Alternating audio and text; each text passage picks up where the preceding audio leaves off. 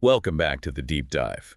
Ready to explore another fascinating chapter of history? Absolutely. Always excited to delve into the past. Well, today we're traveling to ancient India, specifically the era after the Gupta Empire. Ah, yes, the post-Gupta period. It's a bit of a hidden gem, even for those who think they know their Indian history. It's definitely a period of dramatic shifts and fascinating figures. And for any of our listeners who are UPSC aspirants gearing up for that GS1 ancient history exam, this deep dive is tailor-made for you. Absolutely crucial for understanding how India evolved after that glorious Gupta golden age. Right, so to set the stage, think of it like this. The Gupta Empire, famous for its advancements in art, science, literature, all of that, it starts to decline. And as their power fades, all these new players emerge, vying for control. It's a bit like a historical drama unfolding, right? It is, full of intrigue, ambition, and some pretty remarkable individuals. So let's rewind a bit. We all know about the Gupta Empire's achievements, that golden age. But like all empires, their power eventually waned. What were some of the key factors that led to their decline? Well, one major factor was the invasion of the Hunas. The Hunas, those fierce warriors from Central Asia. Exactly. The Guptas and their successors really struggled to hold them back. It was a constant pressure, draining their resources and weakening their authority. So external pressure from these Huna invasions makes you think how even the most powerful empires can be vulnerable to forces from outside. What about internal challenges? Did the Guptas face those as well? Oh, absolutely. Remember those regional governors, those officials appointed by the Guptas to manage different parts of the empire? Right, like administrators for different regions. Well, as the central power weakened, those governors, often called feudatories, started becoming more independent. They saw an opportunity to flex their muscles, so to speak. So internal power struggles emerge as the empire weakens. It's like everything starts spinning away from the center. And for a UPSC aspirant, what's the key takeaway here? It's crucial to remember that the fall of empires is rarely due to a single cause. It's usually a combination of factors. You've got external pressures like invasions, but also internal weaknesses, maybe overexpansion, succession disputes, even economic downturn. Right, it's like a perfect storm of challenges. Yeah. The Guptas, for all their achievements, weren't immune to these pressures, just like any other empire. Exactly. So as the Gupta Empire fades from the scene, who steps into the spotlight? Who are some of the key players that emerge? Yeah, who are the ones to watch in this new era? Well, one dynasty that rises to prominence is the Vakatakas. The Vakatakas, tell us more about them. Where were they based? They were based in central India. They were skilled rulers and military strategists. One of their kings, Pravarasena III, even took the title Samrat, meaning emperor. Samrat, that's a pretty clear sign of their ambition. It is. But what's particularly interesting about the Vakatakas is their cultural impact. Cultural impact. In what way? They played a big role in spreading Brahmanical culture southwards. Think of them as a bridge between the north and the south, influencing religious practices, social norms, even art. So they weren't just conquering territory, they were spreading ideas and traditions as well. Exactly. They left a lasting mark on the cultural landscape of the Deccan. And for those studying for the UPSC, pay close attention to their use of land grants. Those land grant charters are incredibly valuable sources of information about the Vakatakas. So these land grants, they weren't just about economics, they were tools for cultural influence. Fascinating how these documents can reveal so much about the past. Besides the Vakatakas, who else was vying for power during this time? Well, you have the Maitrakas who established themselves in Gujarat and Saurashtra, controlling those key ports and trade routes. Strategic location, a classic recipe for power. Were they connected to the Guptas in any way? Initially, they had loose ties, but they gradually became more and more independent. Asserting their own authority as the Gupta power waned. Makes sense. And then there's another dynasty we can't forget about, the one that produced the legendary Harshavardhana. The Pushabhuris of Thanesar. They started as military generals under the Guptas, but gradually built their own power base.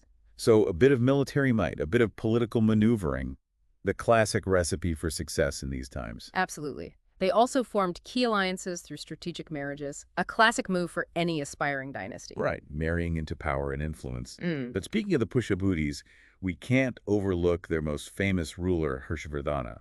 His name comes up all the time in UPSC studies. Why is he such a significant figure? Well, Harshavardhana was a remarkable individual. He was a skilled military leader, but also a devout Buddhist, a patron of the arts, even a playwright. He really embodies the dynamism of this post-Gupta era. Okay, I'm definitely intrigued. But before we dive into Harshavardhana's story, let's pause for a moment and consider why this post-Gupta period is so important to study, especially for our UPSC aspirants. It's crucial because it's a time of major transitions. That centralized Gupta power structure gives way to a more fragmented political landscape.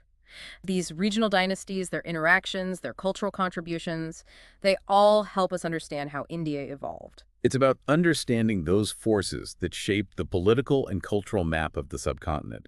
It's about connecting the dots, Yeah. seeing how these regional stories fit into the bigger narrative. Exactly. And I have a feeling Harshavardhana's story is going to be a fascinating piece of that puzzle. Okay, let's jump into his world then. He came to power quite young, didn't he? He did. He was only around 16 when he took the throne in 606 AD. And he didn't waste any time proving himself as a capable ruler, expanding his empire through military conquest and strategic alliances. So a young king, ambitious and eager to make his mark. What were some of his notable military achievements? Well, he successfully brought much of northern India under his control. He defeated several rivals and expanded his territory, but one of his most famous military encounters was his clash with Pulakesin II. Pulakesin II, the Chalukya king of the Deccan. That's a name we haven't gotten to yet, but I know they were a major power in the south. What happened when Harsha and Pulakesin II met on the battlefield? It was a clash of titans, a real epic encounter. Both sides had these huge armies, and they were vying for control of key territories. The battle took place near the Narmada River, and it essentially became the dividing line between their empires. So a stalemate with the Narmada River as the boundary. Interesting how geography often plays such a key role in these power struggles. But Harsha wasn't just a warrior king, was he? He was also known for being a devout Buddhist and for his own literary accomplishments. Absolutely. In fact, Harsha is a great example of how political power, religious patronage, and cultural achievements can all intertwine. He was a devout Buddhist and actively supported the spread of Buddhism throughout his empire. And I believe this is where the famous Chinese traveler Xuanzang enters the picture, right? He traveled to India during Harsha's reign. Exactly. Xuanzang came to India seeking Buddhist scriptures and knowledge. He spent several years at Harsha's court, and his writings offer incredible insights into India in the 7th century. It's like getting a first-hand account from a time traveler. Speaking of Harsha's court, he shifted his capital from Thanesar to Kanauj, right? He did, and that move is something UPSC aspirants should pay close attention to. There were some important strategic reasons for that shift. What were some of those reasons? Well, Kanauj was located in a very fertile region, that's the Ganges Plain, which meant more agricultural production and revenue. It was also better protected from threats coming from the northwest. But maybe most importantly, Kanauj was already a major cultural and religious hub. So by moving his capital there, Harsha was making a statement, both politically and culturally. He's consolidating his power and making Kanauj a center for Buddhism as well. Exactly. It was a shrewd move. And let's not forget, Harsha himself was a man of letters. He wrote 3 plays showcasing his literary talents, and he was known for his calligraphy skills too. A true Renaissance man. Centuries before the European Renaissance, it's these multifaceted individuals that make history so captivating. But to really grasp Harsha's impact, we need to go beyond just his accomplishments. We need to explore what life was like for the people living under his rule. Absolutely. And that's where we'll pick up next time. We'll delve into what daily life was like in Harsha's realm, those social and economic structures, and those broader cultural trends that shaped this era. So last time, we left off with Harshavardhana, this remarkable king, playwright, patron of Buddhism. But to really understand his impact, we need to look beyond just his individual achievements. Right. Zoom out a bit and see how life was for everyday people during his reign and in this whole post-Gupta era. What can we learn about society back then? Well, first, we have to think about the sources historians use. Unlike the Guptas, where we have these grand inscriptions by emperors, the post-Gupta era relies on more regional records. So it's more fragmented, the information we're working with. Exactly. We have things like land grants, inscriptions on temple walls, even travelers' accounts. It's like piecing together a puzzle then to get a full picture. It is. For example, those land grant charters from the Vakatakas we mentioned earlier, those are gold mines of information. They reveal details about their administration, their social hierarchy, even their religious practices. Wow, it's amazing how those seemingly everyday documents can be so historically significant. Right. And for someone like Harshavardhana, we have a mix of sources. There are his own literary works, those three plays, which give us a glimpse into his thoughts and the cultural world of his court. And of course, we can't forget about Xuanzang, that Chinese traveler. His writings are so valuable for understanding this period. Absolutely. Xuanzang's travelogue, the Siyu Key, it's like a time capsule. He documented everything, from religious practices to his encounters with Harsha himself. Amazing first-hand account. Okay, so we've got land grants, literary works, travelogues. But how does all this help us understand daily life for ordinary people back then? That's what really brings history to life. Right, to see beyond the big events and understand how people lived. These sources give us those glimpses. We can learn about the caste system, for example, and how it evolved during this period. Yeah, the caste system. It was still a major part of society then, wasn't It it? was, but there were some interesting developments within that structure. As long-distance trade declined and the economy became more localized, you see new subcastes and occupational groups emerging. That makes sense. As the economy changes, people adapt, and so do social structures. Exactly. A good example is the Kayasthas. They were scribes and record keepers, and they became really important as administration got more complex. So basically, a new class of administrators emerging. Yeah. Fascinating. What about the decline of trade? What were the consequences of that for ordinary people? Well, as trade routes became less important, there was more focus on local production, village economies became more self-sufficient, agriculture really took center stage. So a shift away from that interconnectedness of the Gupta era, more focus on what you could produce and consume locally. Right. And for a UPSC aspirant, it's important to understand that this decline in trade didn't necessarily mean a decline in everything. It actually pushed regional economies to become more self-reliant. So there were positive aspects to it as well. What about politically? Did this economic shift change how kingdoms were run? One of the big trends in the post-Gupta era is the rise of feudalism. Land became so central to the economy that kings started granting land to loyal followers in exchange for military service and support. So land becomes the currency of power, basically. Yeah. A system of obligations and loyalty. Exactly. And this had a huge impact on how regional kingdoms were governed. Power became more localized, spread out among these landholding elites. It's like that centralized power structure of the Guptas just completely breaks down, replaced with this more decentralized feudal system. Yeah. What about the legal system? Did it change as well? The Dharma Shastras, those ancient Hindu legal texts, those were still the foundation, but local customs and traditions became more important in interpreting and applying them. So a mix of those overarching laws and local interpretations. Interesting. How did they organize their armies in these regional kingdoms? Was it still like the Gupta's massive army?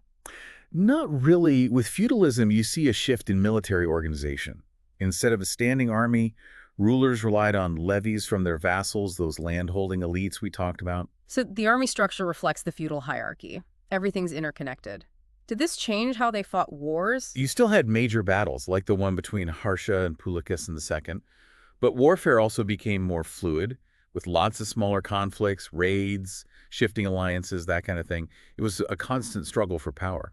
It sounds like a really dynamic and unpredictable time, with these regional players constantly adapting to this new political and economic reality. It was. And amidst all this change, you see cultural expressions adapting as well. The post-Gupta period was actually incredibly creative, with regional styles flourishing, new forms of art emerging. All right, let's talk about art and architecture then. What were some of the standout achievements of this era? I know that comes up a lot in UPSC exams. Definitely. Art and architecture are vital to understanding any historical period. In the post-Gupta era, you see this fascinating blend of continuity and innovation. Some regions carry on the Gupta traditions, while others develop their own distinct styles. So a mix of old and new. Can you give us some specific examples? Of course. The Pallavas of Kanchi, they were famous for their rock-cut temples. These incredible structures carved right into the hillsides, they showcase their amazing architectural skills. Rock-cut temples. Ooh. I've always been fascinated by that. And then you have the Chalukyas, rivals of the Pallavas. They were known for those elaborate cave temples at places like Badami and Aihole. These temples have these intricate sculptures and carvings. It's like they're a blend of Gupta influences and regional elements. So lots of diversity in architectural styles, reflecting the different cultures of post-Gupta India. What about sculpture? Any big developments there? Sculpture was flourishing, different regions developed their own styles, and there was this trend towards more dynamic, expressive sculptures. The Pallava bronzes, for example, are known for their elegant forms and graceful movements. Because bronzes are beautiful. You see them in museums, and they're almost lifelike. They are. And one of the most famous examples is the Nataraja statue, that cosmic dancer form of Shiva. It captures both power and grace. Just a masterpiece. A powerful image, that's for sure. What about painting? Did that continue to thrive during this period? We have fewer surviving examples of paintings on things other than temple and cave walls, but the Ajanta caves, those date back to the Vakataka period, and they're just extraordinary. Oh, right, the Ajanta caves. Those murals are legendary. They are. Those vibrant colors, fluid lines, expressive figures, all depicting stories from Buddhist teachings. They really transport you back in time. It's amazing how art can connect us to the past so powerfully. It really is. And speaking of connections, remember we mentioned the game of chess earlier? Well, that's another fascinating example of India's connections to the wider world during this period. Oh, right, chess. Tell us more about that. It's believed that chess originated in India and then spread westward, eventually reaching Persia. There are even accounts of an Indian king sending chess as a gift to the Persian emperor. From ancient India to a global phenomenon? That's incredible. It is. And it shows that even though this was a time of regionalization and political fragmentation, there were still connections, exchanges of ideas across boundaries. So while we see these regional identities and expressions emerging in post-Gupta India, we also see these connections that tie it to a broader global context. It's fascinating. It is. And I think that's one of the key takeaways from this exploration of the post-Gupta era. It's a time of transition, adaptation, and creativity. It really shaped India for centuries to come. And for our UPSC listeners, it's full of material for those essay questions that require you to think critically and analyze historical events. We've explored the politics, the social and economic changes, those amazing cultural achievements, and even uncovered some global connections. But before we wrap up, I'm curious, what stands out to you most about this era? What makes it so compelling to study? You know, for me, it's that resilience of Indian society that really stands out. Remember, the Gupta Empire, which had brought unity and stability, it falls apart. But from that fragmentation, we see all this cultural innovation, powerful regional kingdoms, diverse artistic expressions. It shows that enduring spirit of India, that ability to adapt and thrive even when things are changing. That's a great point, like a phoenix rising, right? Yeah. Out of the ashes of one era comes this whole new landscape full of possibilities. Exactly. And for anyone prepping for the UPSC this era, it's a gold mine for those essay questions that really make you think. Right, those UPSC essays that require some serious analysis. What kind of essay questions might pop up about this period? Well, you could be asked to analyze those factors that led to the Gupta decline, or maybe compare and contrast the administrative systems of different regional kingdoms, the Vakatakas, Maitrakas, even Harshavardhana's empire. So it's not just memorizing facts, it's about understanding how things worked, those systems of power. Right. And you might also get asked to analyze the impact of these changes, the political and economic shifts, on society and culture. How did the decline of trade and that rise of feudalism we talked about, how did that affect social hierarchies? How did religious practices adapt to these new circumstances? Lots to unpack there. It's all connected, right? Like we've been saying, you have to see how all these pieces fit together. So for our listeners, whether they're UPSC aspirants or just history buffs, what are some key takeaways they should remember about the post-Gupta period? Well, one thing is that cyclical nature of power. Empires rise, they hit their peak, and then they decline, often because of a mix of internal and external problems. The Guptas, they were no different. It's a good reminder that nothing lasts forever. Even the most powerful empires. Change is inevitable. Exactly. Another important takeaway is those regional perspectives. The post-Gupta era, it wasn't just about one empire falling. It was about all these regional powers emerging, each with their own story to tell. It's like we're shifting the lens, getting a more close-up view of those different regions, each contributing to the overall history of India. I like that. And a final point, especially for the UPSC folks, is to remember how interconnected everything is in history. Political events have social and economic impacts. Religious beliefs influence culture. Economic changes affect social structures. It's all intertwined. It's about seeing those connections, understanding how one thing leads to another, not just memorizing facts in isolation, but seeing how it all fits into the bigger flow of history. Exactly. That's what makes history so interesting and so rewarding to study. It's not just about the past. It helps us understand the present and even think about the future. Couldn't have said it better myself. I think we've done a pretty good job unraveling some of those complexities of the post-Gupta era today. We've covered the political landscape, those social and economic changes, and even celebrated those amazing cultural achievements. We've covered a lot, but as always, it's just the beginning. There's so much more to explore and learn. That's the beauty of history, isn't it? There's always something new to discover.